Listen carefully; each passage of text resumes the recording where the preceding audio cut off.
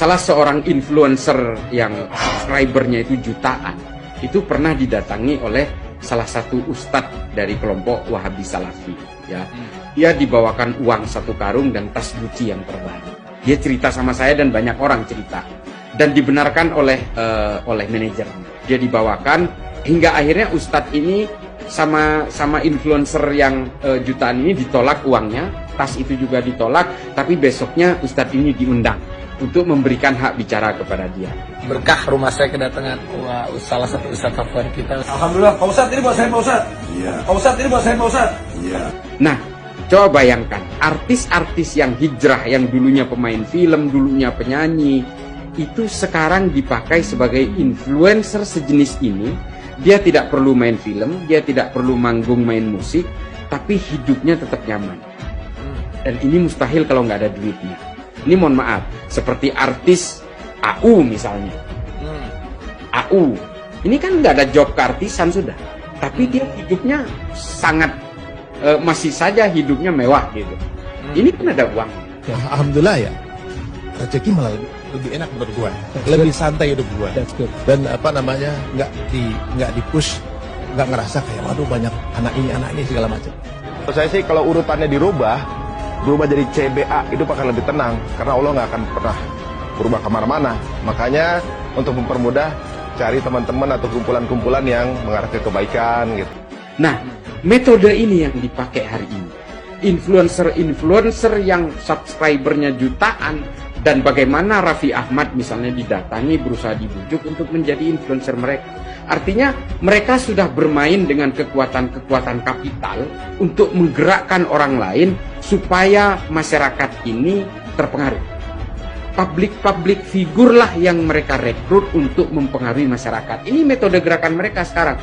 Apakah ini hanya di Indonesia? Tidak. Semua negara-negara yang hari ini betul-betul didominasi oleh Wahabi Salafi, semuanya disasar melalui public figur itu. Tokoh-tokoh pemerintahan, para pemimpin-pemimpin wilayah, ini yang dikuasai lebih dulu. Hingga akhirnya semua populasi bisa didominasi. Nah, kalau saya cerita soal Gabon, saya cerita soal Nigeria bagian utara, saya cerita soal Somaliland, saya cerita soal Tanzania bagian timur, ini semua sudah mengalami itu. Disasar dari public figur, influencer, dari pemimpin-pemimpin, panglima-panglima tentara, polisi, dan sebagainya. Ini yang disasar. Mereka bergerak di belakang. Mereka hanya bikin konten YouTube, disebar, nanti yang nyebar influencer ini. Memang hanya seperti itu gerakannya. Tapi sangat masif. Coba sekarang, setiap saya posting di Instagram saya, tulisan tentang Wahabi Salafi, itu yang DM ke saya itu gila-gilaan. Apakah ini manusia? Saya tidak percaya, ini mesin. Ini buzzer, betul-betul buzzer. Dan mereka dibayar, saya yakin betul. Kalau saya nulis soal Jokowi misalnya, nggak ada yang datang. Paling yang datang ya kelompok-kelompok FPI, 212, ya itu aja. Tapi kalau saya berbicara tentang Wahabi Salafi, menceritakan kejelekan-kejelekan mereka, gila, itu yang datang itu betul-betul seperti mesin, Kang Abu. Dan ini terjadi di saya ya. Nah, gerakan-gerakan mereka dengan menggunakan algoritma, machinery, robotik seperti ini terjadi, dan mereka ada aliran uang di dalamnya. Ini yang kita hadapi hari ini, termasuk jaringan-jaringan teror itu semua 100% anggota jaringan teror ini semua Wahabi Salafi. Saya pastikan 100%, kalau perlu 200%. Semua. Kalau saya tanya kepada teroris yang hari ini di penjara, yang masih terpapar, artinya masih belum NKRI, masih belum wasotiyah dan sebagainya, kalau saya tanya, menurut Anda wayang haram nggak? Haram. Saya sudah buktikan itu kepada 16 responden. Setelah ada pernyataan haram dari Ustadz itu, saya datangi beberapa lapas yang ada napiter tapi tingkatannya masih merah, masih bertahan dengan ideologinya. Saya tanyakan, menurut kamu wayang haram apa tidak? Dia bilang haram. Ini adalah bukti. Ini adalah bukti bahwa sebenarnya Wahabi Salafi ini adalah embrio dari terorisme di seluruh dunia. Mengapa bisa begitu? Ya karena mereka mengajarkan eksklusivitas, dia tidak menghendaki adanya perbedaan, mereka mengenal segregasi, dan korbannya selalu perempuan. Korbannya selalu perempuan. Makanya orang yang menjadi ateis di Arab Saudi itu semua perempuan. Yang contoh 3 nama tadi, Rahaf Al-Qunun, Dina Ali Sahnun, dan Rana Ahmad.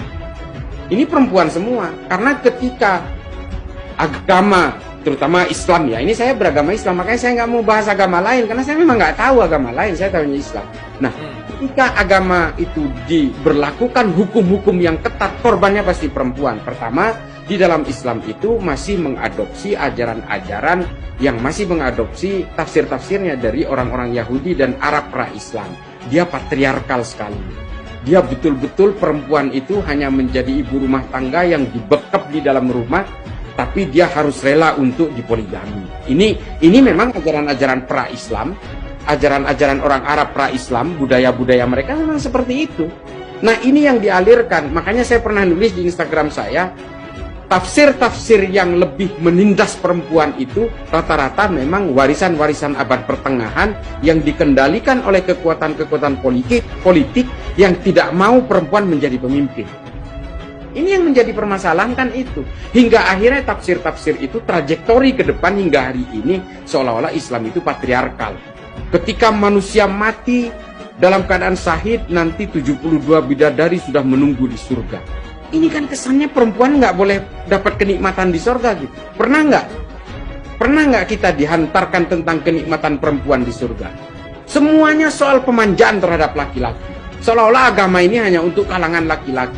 Perempuan harus berbungkus matanya aja yang kelihatan dan sebagainya. Ini mohon maaf, saya silahkan hakimi saya menjadi orang liberal. Saya hanya ingin memposisikan bahwa agama ini untuk semua gender kok.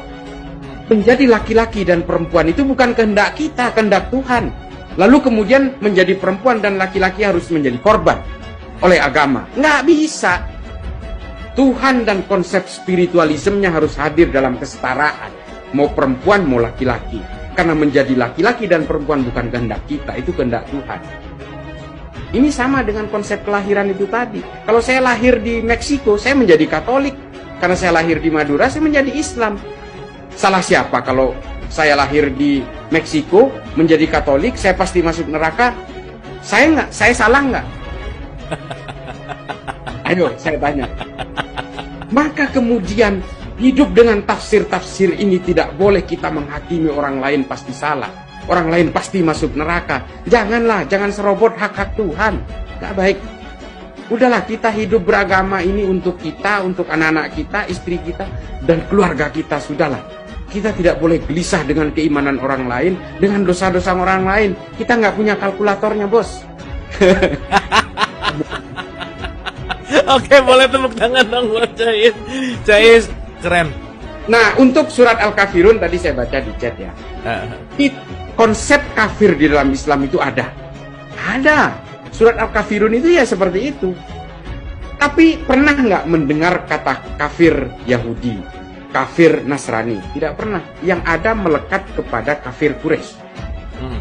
Kalau kita baca sejarah-sejarah tarikh, ya, kitab-kitab sejarah Imam Suyuti, Ibnu Mas'udi, Tarikh At-Tabari, Ibnu Katsir, Ibnu Athir, semua setiap melekatkan kata kafir itu pada kafir Quraisy. Ini dalam konteks sejarah. Apakah pernah Nabi melekatkan kata kafir terhadap Nasrani dan Yahudi di Madinah? Tidak pernah. Malah Nabi mengatakan mereka ahlul kitab, mereka adalah orang-orang samawat. Kenapa? Karena mereka bersandar kepada kitab suci dari langit. Samawat itu artinya langit. Nah, kata kafir tidak pernah dilekatkan ke sana. Kenapa? Bagi Islam sendiri kata kafir itu lebih identik dengan polytheism. Orang-orang yang tidak mau percaya bahwa Tuhan itu satu. Ketunggalan, keesaan Tuhan itu. Nah, orang-orang Nasrani, orang-orang Yahudi, oleh Nabi itu tidak dianggap sebagai kafir. Makanya kata kafir tidak melekat kepada mereka, karena mereka dianggap sebagai tauhid, percaya kepada satu Tuhan. Nah, ini adalah konsep di dalam Islam tentang kata kafir itu sendiri. Setiap orang kafir yang berakar kepada agama-agama itu tadi disebut sebagai orang-orang kafir yang tidak mau memerangi orang Islam. Nah, inilah kemudian, nah persoalannya hari ini kita mudah mengkafir-kafirkan. Nah, ini yang nggak boleh. Kata kafir di dalam Islam itu sangat familiar. Di dalam Al-Quran juga ada al-kafirun.